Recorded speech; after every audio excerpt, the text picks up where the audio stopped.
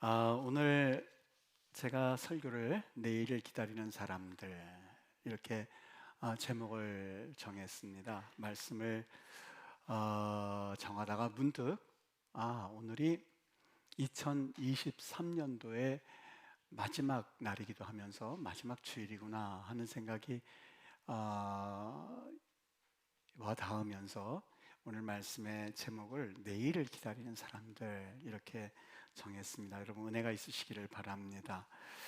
아주 일반적이면서도 신비한 것이 있죠. 우리가 너무 익숙해서 그래서 그 익숙함 때문에 신비함을 잘 느끼지 못하는 것 중에 하나가 한 해가 지나고 나면 그 다음 한 해가 온다는 사실입니다. 아울러서 오늘이 지나고 나면 내일이 온다고 하는 것은 너무 일반적이고 그리고 그것이 당연한 듯이 느껴져서 사실 신비함을 잘 느끼지는 못하고 있습니다만은 신비한 이유 중에 하나가 이것은 그냥 때가 되니까 내일이 오고 내년이 오는 것이 아니라 우리 하나님의 창조 역사 가운데 하나이기 때문에 그렇습니다. 저녁이 되고 아침이 되니, 저녁이 되고 아침이 되니 라고 하는 것은 하나님의 창조 역사 안에 담겨져 있는 신비라고 할 수 있는 아주 우리에게 있어서 일반적이면서도 하나님의 은혜인 줄 믿습니다.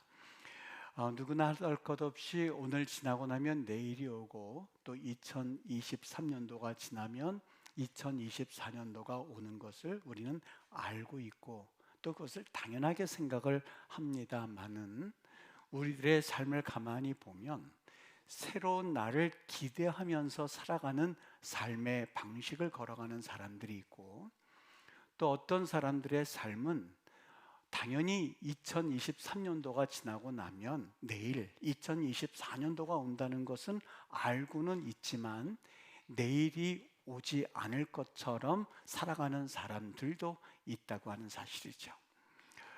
사실 오늘 말씀과는 약간 결이 좀 다른 말씀이긴 하지만 제가 이 말씀을 준비할 때에 문득 떠오른 영화가 하나 있었어요. 아저씨라고 하는 영화였습니다. 거기에 보면 소미라고 하는 아이가 있는데 이 아이가 그 엄마 아빠의 사랑을 충분히 받지 못해서 그런지 옆집 아저씨에게 친근하게 돼야 합니다. 근데 그 옆집 아저씨도 마음에 상처가 있는지라 자기를 가까이 하는 그 어린 꼬마 아이에게 밥도 주고 또 그리고 때로는 보호도 해주면서 참 사이좋게 지내는 그러한 청년이었습니다. 근데 어느 날 이 소미가 자기 어머니의 잘못으로 인해서 장기 매매하는 그 나쁜 사람들에 의해서 납치를 당하거든요. 그러니까 이 원빈이 주연이었는데 차태식이라고 하는 그 극 중에서 인물이었었던 이 원빈이 이 소미를 데려간 악당들을 추적해 나갑니다. 그러다 전화를 받아요. 전화를 받는데 이 나쁜 사람들이 원빈에게 막 놀려댑니다. 그 아이가 누구길래 네가 이렇게 관심을 가지냐, 찾을 수 있을 것 같느냐 라고 하면서 막 놀려대는데 그때 이런 얘기를 하죠.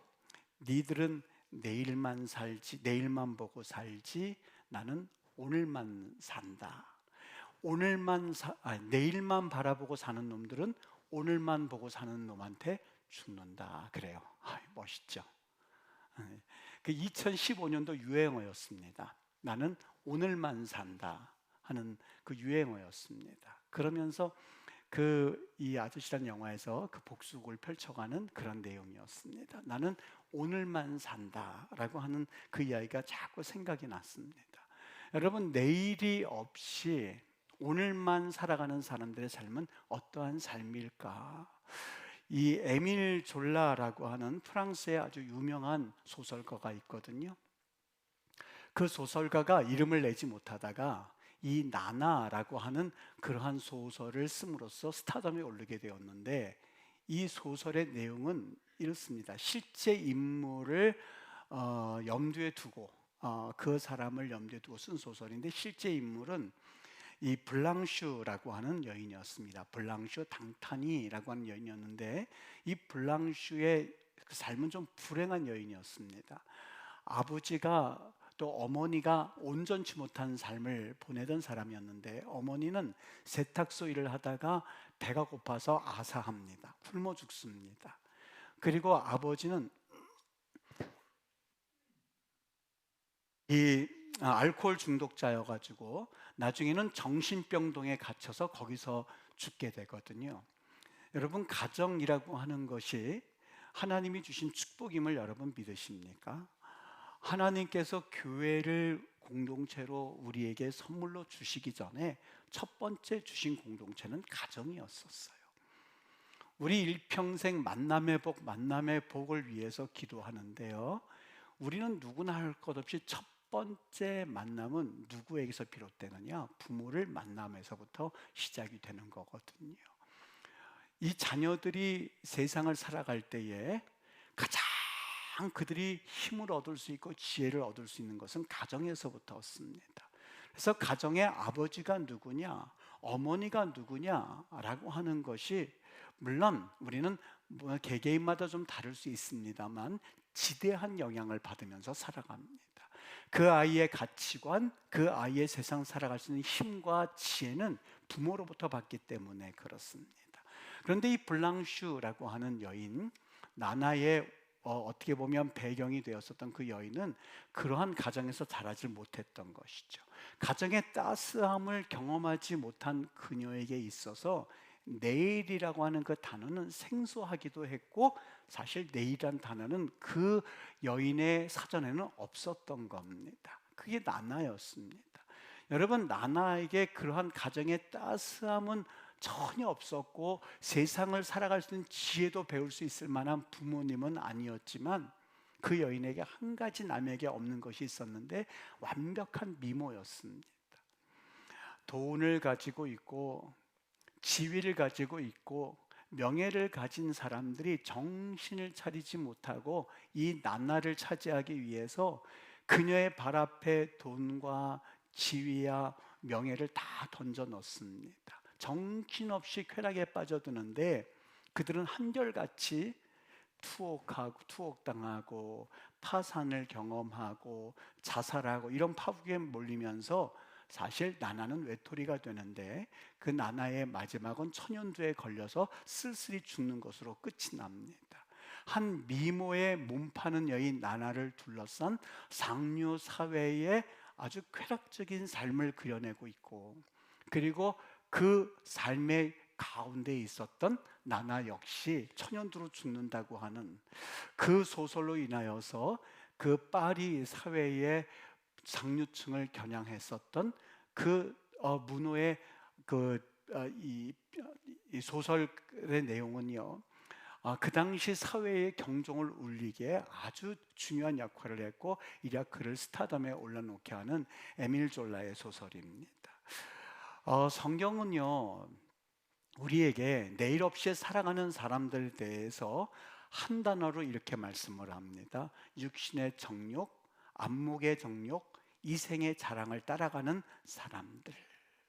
이생의 자랑을 따라 살아가는 사람들, 눈에 보이는 대로 안목의 정욕을 따라가는 사람들이라고 우리에게 아주 간단하게 말씀을 하고 있습니다만, 사실 우리는 이 단어의 깊은 의미를 좀 한번 생각해 봐야만 하지 않겠는가 하는 생각을 해보게 됩니다.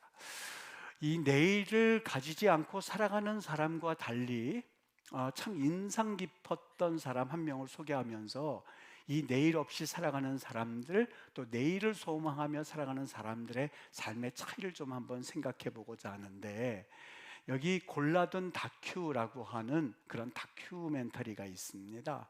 거기에서 한 명을 소개했는데 67살의 김수진 씨라고 하는 분을 소개했습니다.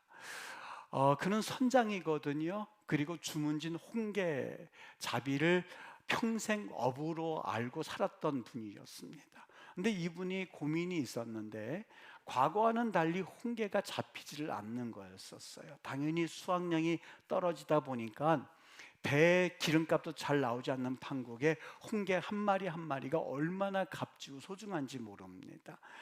홍게가 드문드문 걸려오는데, 그날따라 그래도 홍게가 조금씩 걸려오는데 이 다큐멘터리를 찍는 PD가 그것을 찍고 있는데 참 놀랍게도 홍게를 보면서 너무 튼실한데 그거를 자기 뒤로 던져버리는 거예요. 바다로 던져버리는 거예요. 그 다큐멘터리를 찍고 있었던 그 PD가 깜짝 놀라서 이 성장 김수진 선장에게 묻습니다. 선장님, 그거 왜 놔주는 거예요? 왜 놔주는 거예요? 그랬더니 간단하게 답해요. 암놈이에요. 그래요. 암놈 왜 버리시는데요? 퉁명스럽게 대답해요. 새끼 낳아야지, 새끼 낳아야지 라고 하면서 연실 뒤로 그 통통하게 살이 찐 거를 다 던져버리는 거예요. 그러면서 해설자가 여운처럼 남기는데, 다시 던져주면 제자리를 찾아 다음에 산란을 한답니다 라고 하면서 여운을 계속 남겨주는데 참 인상 깊었어요. 그 다큐멘터리의 제목이 내일이라는 희망을 위해서 오늘의 바다를 지키는 어부들, 내일이라고 하는 희망을 위해서 오늘의 바다를 지키는 사람들. 그 김수진 선장님이 그 통통한 홍게를 계속 버리는 장면이 잔상에 남았습니다. 잊혀지지가 않는 거였었어요. 저는 목회자이지만 그분을 생각하면서 경외감까지 들었습니다. 여러분, 내일 내가 그 바다를 가면 그 암태가 낳은 새끼들을 또 키워서 또 잡게 될지 안 잡게 될지 어떻게 알겠어요? 아무도 보는 사람 없으니 그냥 그 암캐를 가져와서 당장 내 수익을 내는 것이 어떻게 보면 지혜로운 삶의 방식이 아니겠습니까? 근데 그 선장님은 그 암캐에 걸려든 암캐를 계속 뒤로 던지는 거였었어요. 왜요? 새끼 낳아야지. 새끼, 내일을 위하여서, 내년을 위하여서, 다음을 위하여서 새끼를 낳으면 더 많이 그 암캐를 잡을 것을 기대하면서 연신 뒤로 던지는 것이었습니다. 여러분, 그 모습을 보면서 우리 그리스도인들과 한번 좀 연상을 한번 생각해 보았습니다. 우리들도 역시 내일을 살아가는 사람들입니다. 어떤 내일이요? 천국이 있다는 것을 믿고 예수님과 함께라고 하는 것을 믿고 살아가는, 내일을 바라보면서 살아가는 사람들입니다. 그런데 과연 우리는 이것을 놔주면 내년에 잡을 수 있겠지라고 생각하면서 자신의 뒤로 암캐를 버려버리는 그 어부처럼 과연 이 생의 자랑과 안목의 정욕과 육신의 정욕을 뒤로 내버리고 있는가 하는 그 질문이 자꾸 떠오르기 시작했어요. 여러분, 그리스도인이라고 하면서도 마치 내일이 없는 사람처럼, 그리고 내일은 절대 오지 않는 사람처럼, 내일 그 바다를 가도 나는 개를 잡을 수 없다고 생각하는 사람처럼 안달안달하면서 이 생의 자랑에 집중하고 안목의 정욕에 집중하면서 살아가고 있는 것은 아닐까 하는 그 이야기를 하나님께서 자꾸 오늘 성경 말씀을 통해서 말씀해 주셨거든요. 여러분, 그 이사야에 살고 있던 시대는 어떤 시대였냐면 성과 돈과 권력이 그 시대 사람들을 가득 잡고 있었던 시대였습니다. 성경, 예수님께서 신약 성경에서 우리에게 주셨을 때에 한 단어로 표현하라고 한다면 이생의 자랑이었었어요. 육신의 정욕을 위해서 살던 사람들이었어요. 어떻게 그들을 표현하고 있느냐? 이사야 3장 14절과 15절에 보면 이렇게 표현을 해요. 포도원을 삼킨 자는 너희이며 가난한 자에게서 탈취한 물건이 너희 집에 있도다. 어찌하여 너희가 내 백성을 짓밟으며 가난한 자의 얼굴에 맷돌질하고 있느냐? 이사야 3장 16절 그 다음 절 계속 이어집니다. 시온의 딸들이 교만하여 느린 목, 정을 통하는 눈으로 아기작거리며 걸으며 발로는 쟁쟁한 소리를 낸다 하시도다. 그러므로 주께서 시온의 딸들의 정수리에 딱지가 생기게 하시며 여호와께서 그들의 하체가 드러나게 하시리라. 여러분, 그 당시에 성적 타락 그리고 권력의 타락이 도를 넘어섰어요. 성적인 타락은 남아있지도 않고 마음대로다라고 하는 그 설문조사가 우리나라의 42%예요. 우리나라 국민들이 스스로 설문조사를 했는데 이제는 성도덕이 남아있지 않다가 42%. 20%가 뭐라고 말하고 있느냐? 성에 대한 올바른 가치가 있는지 모를 정도로 문란해도 아무도 탓하지 않습니다. 20%. 18%가 온통 성적 쾌락을 위해서 우리 대한민국이 달려가는 것처럼 보인다. 여러분 1, 2, 3위를 다 종합해 보면 괜찮다는 것은 그 뒤에 조금 더 있고요. 그 정도, 우리나라가 이 정도면 성적 타락 괜찮다는 것은 아주 소수의 사람들이에요. 80%나 되는 우리 대한민국 국민들 중에서 80%나 되는 사람들이 성적 타락 이거 너무한다라고 이야기를 하고 있어요. 성형외과가 제일 부흥하는 과 중에 하나이고요. 나쁘그런 의상은 물론이고, 여러분 이 모습은 누구나 인정하고 있는, 그냥 이성훈 목사가 목회자이기 때문에 하는 얘기가 아니라 우리나라 국민의 교회를 다니는 크리스찬이든지 아니든지 무작위로 설문조사했더니 80%가 그런 답변을 내놓았어요.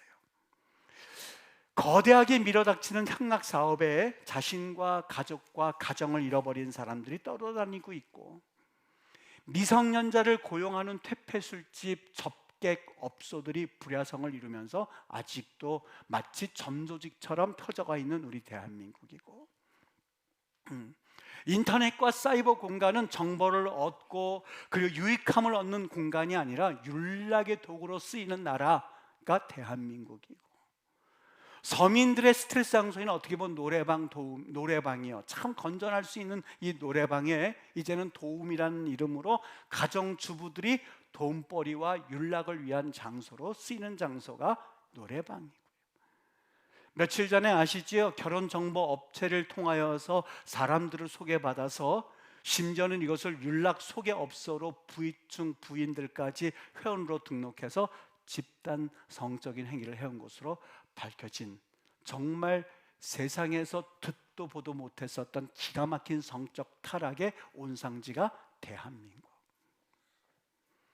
집은 있지만은 가정은 없어진 지 오래되었고요, 식구는 있지만 가족은 해체된 지 오래된 나라가 우리 대한민국. 법정 기록이라는 게 있거든요.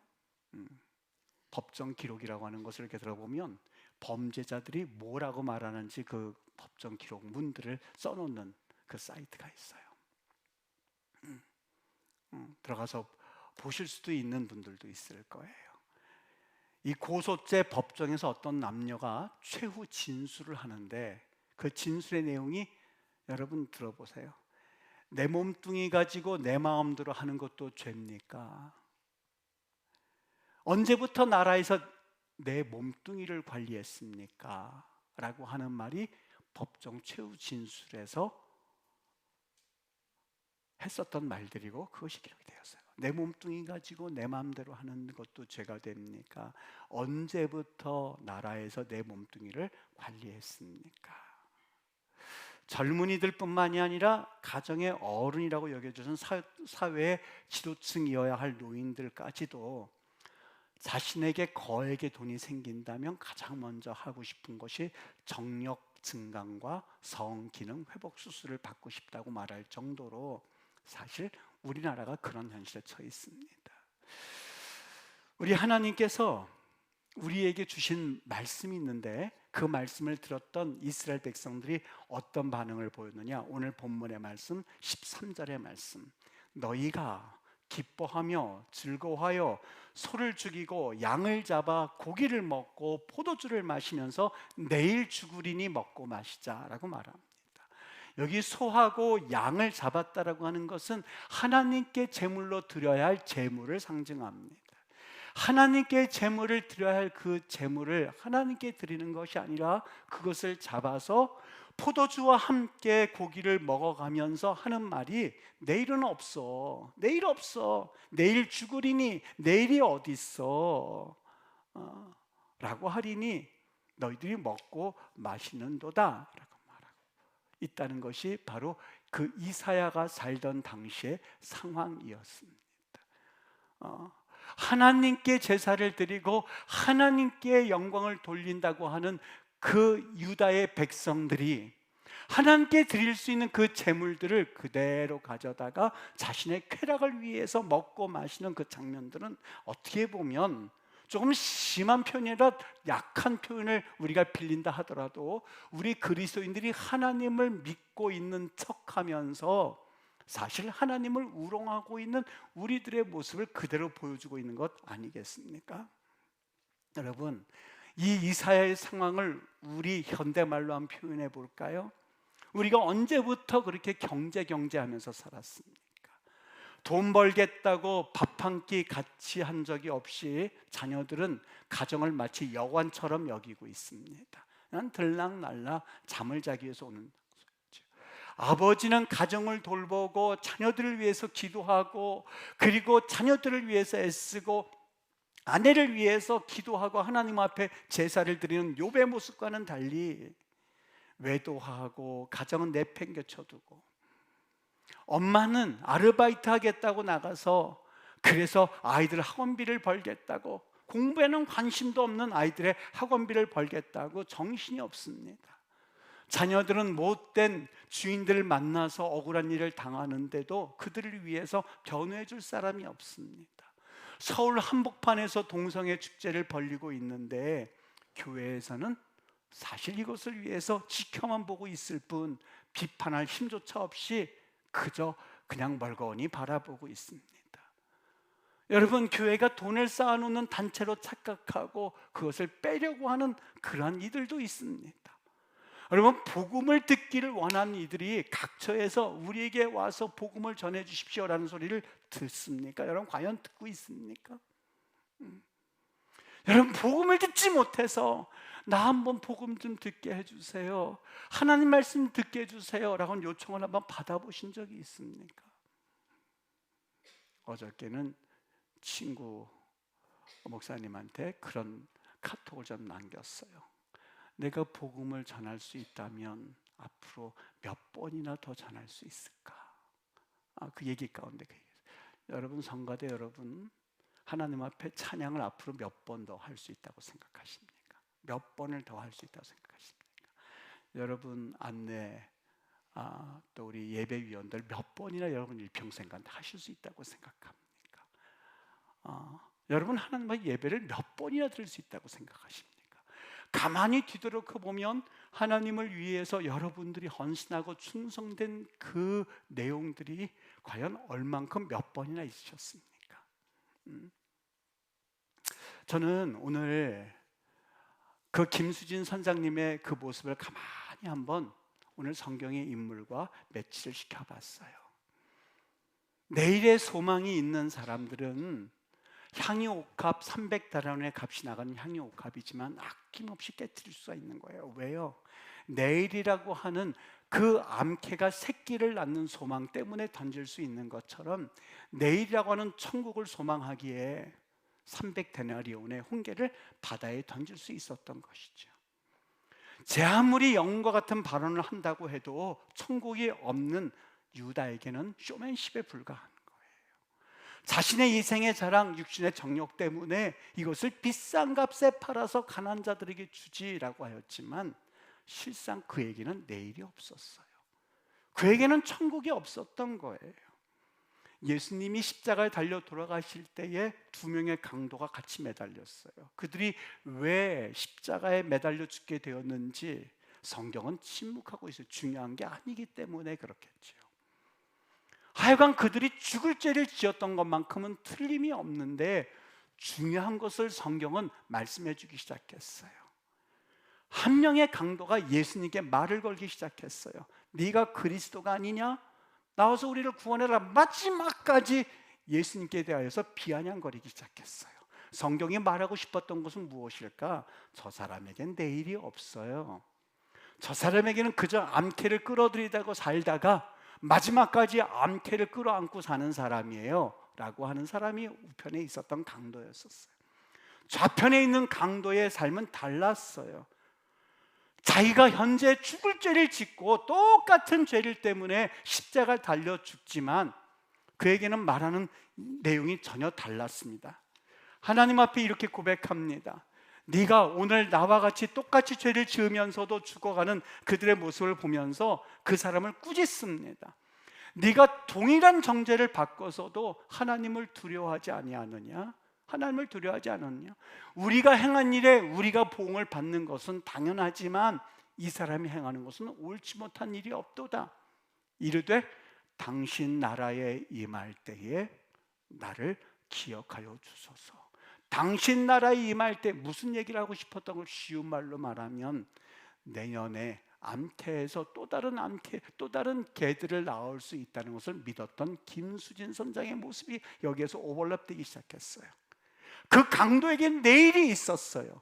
그 강도에게는 내년이 있었고 그 강도에게는 하나님의 나라에 대한 소망이 있었어요.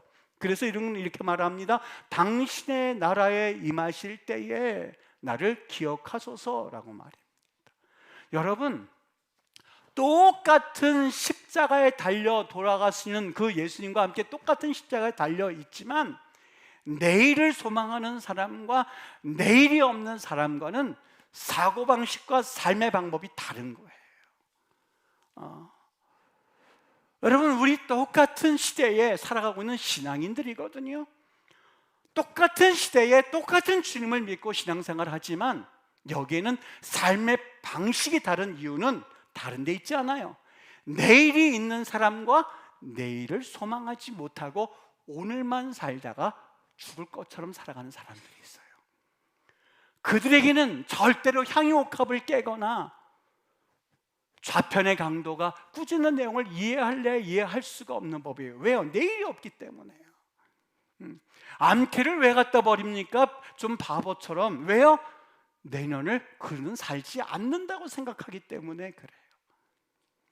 오늘 성경에서 말하는 내일 죽자라고 말하는 그 이사야에 있는 그 유다 백성, 하나님의 백성들처럼 보였던 그 백성들은 왜 그런 행동을 하였을까? 내일이 없었기 때문에 그래요. 내일이 없었기 때문에 그래요. 맥스 루케이도가 너는 소중하단다 라고 하는 그런 제목의 아주 신앙적인 이야기들을 많이 펴냈죠. 이 편에 보면은요, 이 편에 보면 우리에게 있어서 참 마음이 가게 하는 그런 이야기로 그 이야기를 풀어내고 있는데요. 두 명의 악당이 작당 모의를 합니다. 야, 우리 어떻게 해야 사람들을 좀 꿰어서 돈을 긁어모을 수 있을까? 방법이 있지. 상자를 가져오고 공을 가져와야 해. 그거 없고 어떻게 한다는 거야? 두고 봐. 왕이 왔어요. 왕이시여, 이 상자를 꼭 사시기 바랍니다. 왜 그러냐? 이 상자는 황제가 입던 옷을 담았던 상자입니다. 세계에서 유일하게 하나 있습니다. 그래, 얼마야? 500달란트입니다. 이야, 싸네. 상자를 삽니다. 공도 삽니다. 그걸 하나씩 모으기 시작해요. 이 소문이 파다하게 퍼지기 시작하는 거예요. 많은 사람들이 왕이 저 상자를 모으기 시작했대. 그래, 나도 사야지. 상자를 사 모으기 시작하고 공을 모으기 시작해요. 사람들이 집안 방에 여유 있는 공간마다 꽉꽉 상자를 모으기 시작해요. 그때에 사람들 사이를 지나가는 이 펀치넬로라고 하는 이 순박한 이 농부가 거기서 지나가는데 사람들이 막 깔깔깔대요. 저 친구는 상자 하나가 없네. 그게 무슨 말이야? 상자가 왜 필요하죠? 이 상자는 말이야 많이 가지면 가질수록 좋은 거야. 그때부터 이 펀치넬로가 눈이 돌아가기 시작해요. 침대도 팔아서 상자를 사고, 그리고 음식도 살 돈을 해서 공을 사고, 심지어는 자기의 집까지 팔아서 상자와 공을 사는 거예요. 쌓아둘 데가 없다 보니까 저 들판에다 아주 꼭대기까지 그 공과 상자를 쌓아놓습니다. 사람들이 바라보면서 이야, 저 펀치넬로가 위대하구나, 저렇게 많은 상자와 공을 모았구나. 사람들이 막 그를 부러운 눈으로 쳐다보기 시작할 때에 하늘에서 비가 후두둑 떨어지는 거예요. 사람들은 비 온다 하고선 각각 집으로 돌아갔는데 이 펀치넬로는 돌아갈 집이 없었어요. 왜요? 이 상자와 공을 사는데 집을 팔았기 때문에. 배가 고프는데 먹을 음식이 없어요. 왜요? 음식 살 돈을 전부 다 이 상자와 공을 사는데 투자했기 때문에 그래요. 그리고 나서는 비를 쫄딱 맞고 있는 장면에 엘리라고 하는, 어떻게 보면 히브리 말로 나의 하나님이죠, 아저씨로 나오는데 그분이 하나님을 상징합니다. 하나님이 펀치넬로에게 찾아오시는 장면으로 이제 끝을 맺는 내용으로 그 소설은 이제 끝이 나고 있습니다. 사랑하는 여러분, 여기 내일을 기다리는 사람들은 어떠한 사람들일까? 그것은요, 비록 김수진 선장님의 이야기가 신앙적인 스토리는 아니라 한다 할지라도 참 우리에게 많은 것을 교훈해주고 있습니다. 하나님을 아는지 모르는지는 알 수 없지만 한낱 업으로 살아가는 사람이라 한다 할지라도 내년을 기다리면서 암캐를 뒤로 던지는 그 모습이 굉장히 인상에 남았어요. 하나님을 믿는다, 하나님을 안다, 천국을 소망한다, 내일을 기다린다 라고 하면서도 자꾸 상자를 사 모으고 공을 사 모으고, 그리고 그것이 나에게 있어서 마지막 희망인 것인 양 살아가고 있는 우리의 모습들이 과연 신앙의 은혜 가운데에 내게 있어 가장 소중하다고 여겨지는 암캐를 뒤로 던질 수 있을까? 이 생의 자랑을 뒤로 던질 수 있을까? 그리고 안목의 정력을 뒤로 던질 수 있을까? 아니면 내일이 없다라고는 살아가는 사람들처럼 자꾸 내 공과 상자를 사 모으면서 그것을 마치 내일로 여기고 있는 것은 아닌가 하는 생각이 들었어요. 여러분, 우리나라에 있어서 우리 하나님께서 무엇을 원하고 계실까? 이제 오늘 지나고 나면 2023년도는 다시는 오지 않을 것입니다. 마지막 날을 보내면서 하나님께서 우리에게 주신 음성은 다른 것 아니에요. 12절 말씀, 여호와께서 명령하사 통곡하며 머리털을 뜯으며 굵은 배를 띠라 말씀하셨거늘 13절 말씀, 우리는 그렇게 하지는 않아요.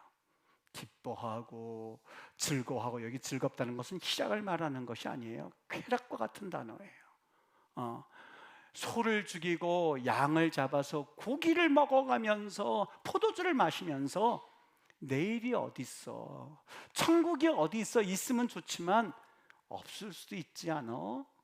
하나님 내가 그동안 잘 알고는 있지, 그런데 나는 하나님이 그렇게 벌 주는 분으로 여기지 않아. 그냥 관념적인 분일 거야 라고 하면서 여러분 그저 살아가고 있지는 않는가 하는 것을 우리에게 말씀해 주고 있는 그런 음성으로 들리기 시작했어요.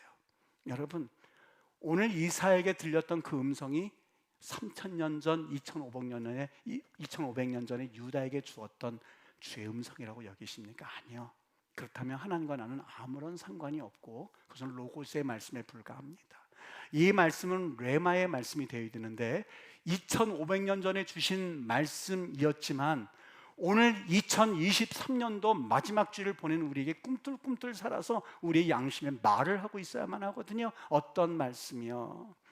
하나님께서 분명히 우리에게 회개하고 띠를 띠라 라고 하셨던 것은 이제라도 기도해, 너희들 기도해, 너희들 힘으로 사는 것 같지만 왜 기도하지 않는 거니? 이 땅 살면서 너희들이 힘으로 정말 살 수 있다고 여기는 거야 하는 음성으로 들을 수 있어야 돼요. 하나님이 내가 있다는 것을 믿는다면 이 생의 자랑 그만 내려놔. 이 생의 자랑 그만 내려놔. 그저 언제까지 육신의 정욕만을 가지고 살 거야? 너가 지금 잡은 않게 뒤로 던져. 내일이라고는 천국이 있거든. 그 천국을 위해서 좀 던져놓을 수 없어? 라고 하는, 여러분 그러한 소망을 가지고 살고 있는가 하는 것을 질문하는 내용이에요. 그 음성을 들을 수 있어야 돼요. 2500년 전, 3000년 전의 말씀으로 끝날 것이 아니라 오늘 현재에 내게 그 말씀을 들려주시고, 그리고 정말 내 손에 있는 이 생의 자랑을 뒤로 던질 수 있는 결단, 그리고 그 결단을 가지고 정말 살아가고 있는지 우리가 물을 때에, 여러분 천국은 침노하는 자의 것이라고 적극적이고, 그리고 그 천국에 대해서 매우 호의적인 마음을 가지고 달려드는 사람을 걸어서 천국은 침노하는 자의 것이라고 말씀하고 있거든요. 우리 주님 은혜 가운데에 여러분들의 이 말씀이 생명과 그리고 내 심령 가운데 역사하시는 주의 음성으로 들려지기를 주의 이름으로 축원합니다. 이 대한민국 시대 타락과 성적인 타락으로 인하여서 정신 못 차리고 있는 이 대한민국 시대, 이 사회에 수많은 크리스찬이 있음에도 불구하고 변하지 않는 것은 둘 중에 하나예요. 하나님은 살아계시지 않거니와 하나님은 살아있지 않는다든지, 그것이 아니라면 두 번째, 우리가 가짜 그리스도인 둘 중에 하나예요. 둘 중에 하나예요. 그렇지 않고서는 이 사회가 이렇게 될 리가 없어요. 하나님이 계시지 않거나 하나님 계시지 않거나, 두 번째, 혹은 우리가 가짜 그리스도인이든가, 둘 중에 하나일 거예요. 그렇지 않고서는 80%가 이 사회가 이렇게 가면 안 되는데 하면서도 그렇게 갈 이유가 없어요. 여러분, 주님의 이 말씀을 책망의 말씀으로 꼭 내 마음에 들으시면 유익이 있습니다. 그리고 우리가 이렇게는 안 되지 라고 하는 마음을 가지고 하나님 앞에서 진정 복음을 들고 다시 한번 일어서셔야만 합니다. 복음을 전하고 보내든지 그렇게 살지 못할지언정 복음을 전하지 못하도록 서로 그 바짓가랭이를 잡아내리면 여러분, 그것은 하나님께서 기뻐하실까요? 오늘 내일을 기다리는 사람들의 삶의 태도를 가지고 여러분들이 살아감으로써 하나님 보시기에 참 기쁘고 감사한 하늘의 백성들, 믿음의 백성들, 믿음의 사람들이 되시기를 주님의 이름으로 축원을 합니다. 우리 한번 기도해야 할까요? 여러분들께서 마음으로 답변하시기를 바랍니다. 오늘이 지나고 나면 내일이 오는 것을 믿으십니까? 이 땅의 삶이 끝나고 나면 반드시 새로운 세상이 온다는 것을 믿으십니까? 그런데 왜 세상은 변화되지 않고 내일이 없는 사람들로 가득 찬 세상이 되고 있습니까? 그것은 여러분과 나에게 책임이 있다는 것을 분명히 자각하고 하나님 앞에 다시 한번 우리가 임마누엘 교회가 새롭게 거듭나는 2024년도를 소망해 볼 수 있게 되기를 바랍니다. 우리 2023년도 그렇게 살지 못한 내일이 없는 사람들처럼 가득 찼던 이 세상이라면 내일을 소망하고 그리고 내일을 기다리는 그런 주의 하나님의 백성들 되시기를 주 이름으로 축원합니다. 우리 한번 기도할 때에 주님, 23년도 내가 삶을 다시 한번 바꾸어 하나님 앞에 회개하며 띠를 띠고 하나님 앞에 회개할 수 있게 되기를 원합니다. 우리 한번 잠시 제목 가지고 기도하겠습니다. 기도합니다.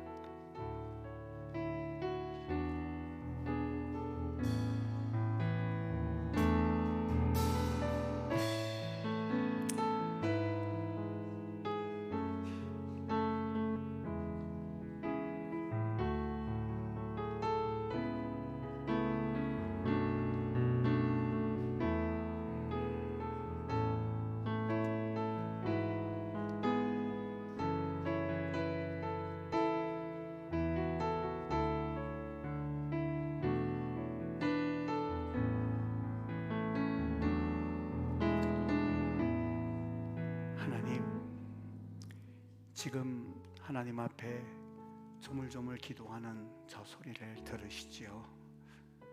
내일이 없이 살아갔었던, 내일이 없이 내일이 오지 않을 것처럼 살았던 우리의 삶의 그 모습들을 주 앞에 회개하고 다시 한번 주 앞에 엎드리게 하옵소서. 아버지 하나님, 주님 앞에 목회자에서부터 어린 유치부에 이르기까지 하나님 온몸에 죄를 뒤집어 쓰고 꿇어앉아 하나님 앞에 회개하게 하옵소서. 그래서 이 땅에 총체적인 난국과 타락이 바로 우리 때문이었음을 자각하고 회개할 수 있도록 하나님 우리의 마음과 생각을 그렇게 인도해 주시옵소서.